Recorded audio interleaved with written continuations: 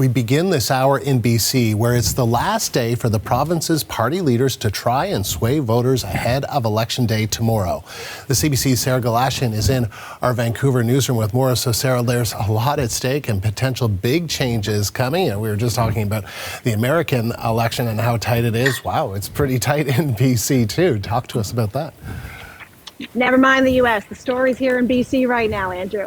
And that is where we're finding a lot of excitement as well. And not just because of all of the rehearsals that you see happening behind me in the CBC studio. And there's a lot going on here. But as you say, there's a lot at stake here, and it's potentially a very close race between the BC NDP party, which is the party that is currently in power, and as well the BC Conservatives, which frankly, out here on the West Coast, provincially, they've traditionally had a hard time making much of a showing. But it is a very tight race, and there's going to be a lot of people looking for results. And that's why I brought the selfie stick over here to this side of the newsroom, just to show you.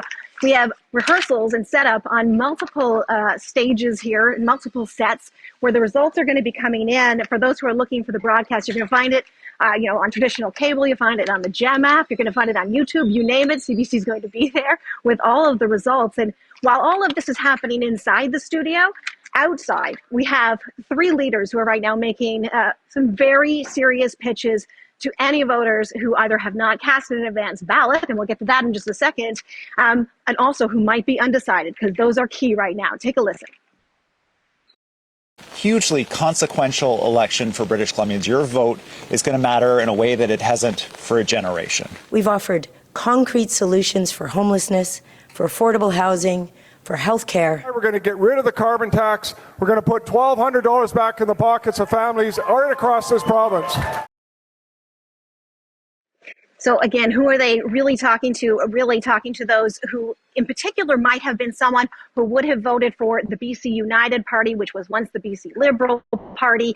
That party, just before the writ dropped, opted to not run candidates in many, if not all, ridings. And so in which case, those votes are in some ways up to grab, those right of center votes. And that is, Andrew, what has created essentially a horse race that could go to a photo finish, say some. And a record number of British Columbians have already cast their ballots. Tell us about that. They have. It really is. I mean, records are being smashed in terms of advance voting in BC right now. We've got a graphic. I want to put it up for you because we have now seen in the advanced voting days, more than 1 million people have already cast a ballot. And that makes up for 28% of registered voters in this province. It's a huge number. Just yesterday, the final day of voting ahead of time, we saw more than 200,000 voters cast a ballot. Big numbers, especially when you compare them to the previous record that was set in 2020. That was 670,000 votes cast in advance ballots. And remember, back in 2020, for many, that was a case of it was a safety issue, and that's why they got out and voted in advance. So we talked to political experts about why it is now here this year that we'd see so much interest in advance polling. Could it be the excitement? Could it just be habit that's forming? Take a listen to that.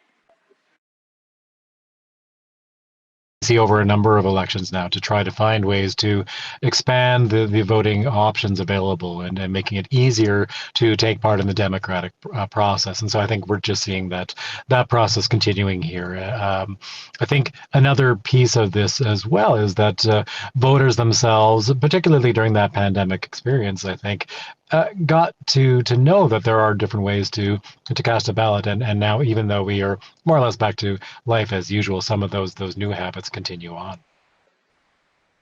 So when the actual big vote takes place tomorrow, this could end up being a record turnout in a BC election. Could mean a record number of people, Andrew, who are also looking for results. And like I say, you'll be able to find them on CBC. The broadcasts here are going to start at 7 p.m. The polls are going to close at 8 p.m. Pacific. And Andrew, they're going to keep going until we've got an actual answer. Could be a long night, Sarah. All right. Thank you. The CBC's Sarah Galashan live in Vancouver. So, for how we got here, let's bring in Leyne. He covers the provincial legislature for the Victoria Times-Colonist. Les, good to see you again. You've covered BC campaigns for a while now. What was this one like? It's very unique, I think, Andrew. It's the striking thing about this campaign is just 2 months before it started, the official opposition in this province just collapsed completely overnight. That was the BC United, the successor party to the BC Liberals. They've been on the scene for 30 years. And voters in BC have been sort of choosing between the Liberals, NDP, and Greens for like a generation now. And all of a sudden, the United Party is just gone. And that set the stage for kind of a major shakeup all around.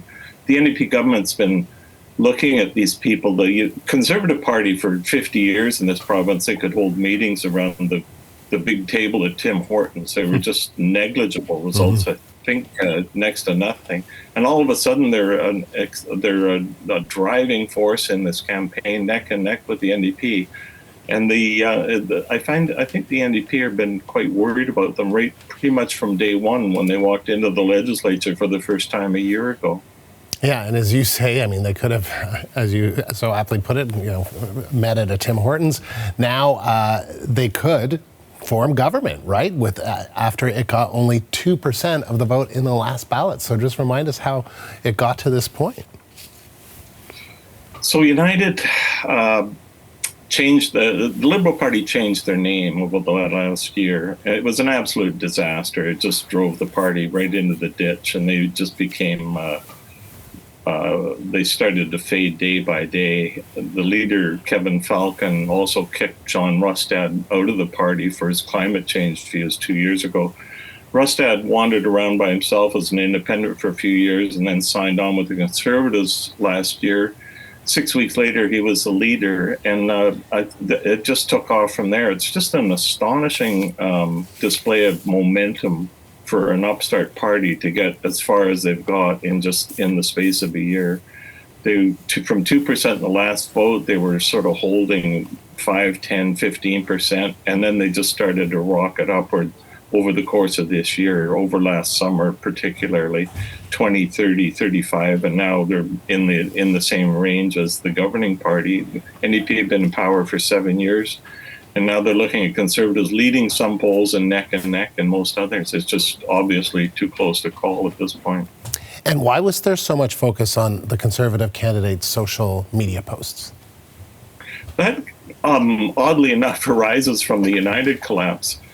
When the United surrendered, they basically downed their arms and handed over all their Oppo ammunition to the Conservatives. A 200-page dossier of combing social media posts for all these Conservative candidates. NDP were doing the same thing. So there's this mountain of material, I think eyebrow raising is the mildest way to put it, about some really strange, bizarre conspiracy theories and sort of extremist fringe views on any number of issues, all the usual ones, climate change and anti-vax sentiment and what like that. And a lot of stuff on the U.S. culture wars as well, from the sort of extreme fringy right-wing point of view. So that's been just a never-ending source of fascination to the NDP, obviously, and to a lot of other voters as well.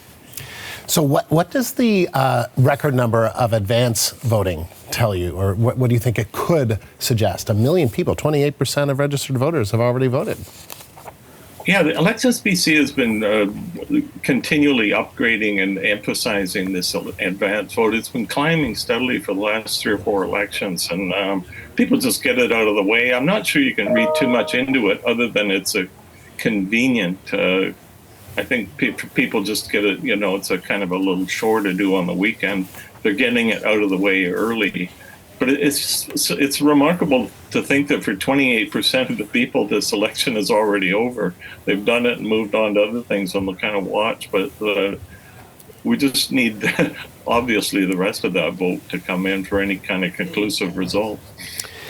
Do you think that what happens tomorrow could be a preview for what happens in a federal election campaign that will take place within the next year? There's been a debate since the Conservatives came out of nowhere. I think some people are kind of discounting Rustad's momentum, saying, well, it's just a carryover from the federal Conservative surge, which is kind of obvious to everyone now. And they were saying, well, it's not really. It's in BC. It's kind of maybe a bit of confusion between the federal Conservatives and the provincial Conservatives. I think that's discounted now. This guy's for real in terms of what he's put together. And if I mean, if they hold up and do well, even if they don't win, I think it does seal the idea that there is Conservatives have a lot more growth potential than some other parties you could name on the federal scene. Les, always good to talk with you. Thank you very much. Yeah, take care, Andrew. Thank you. Political columnist Les Leyne in Victoria.